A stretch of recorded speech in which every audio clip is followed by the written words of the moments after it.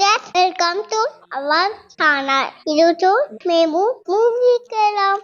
ఈరోజు మేమైతే మూవీకి వెళ్ళాము. నవీన్ పులిశెట్టి మూవీ చాలా బాగుంది.